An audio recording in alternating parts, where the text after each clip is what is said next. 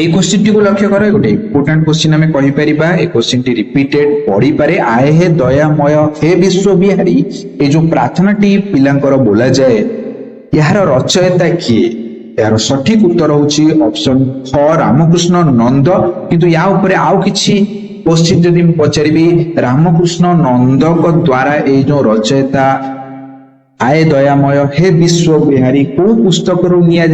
तेणु यार सठिक उत्तर हम साहित्य सोपन एवं रामकृष्ण नंद आहु बहुत बड़ गोटे पुस्तकटा रही विश्व परिचय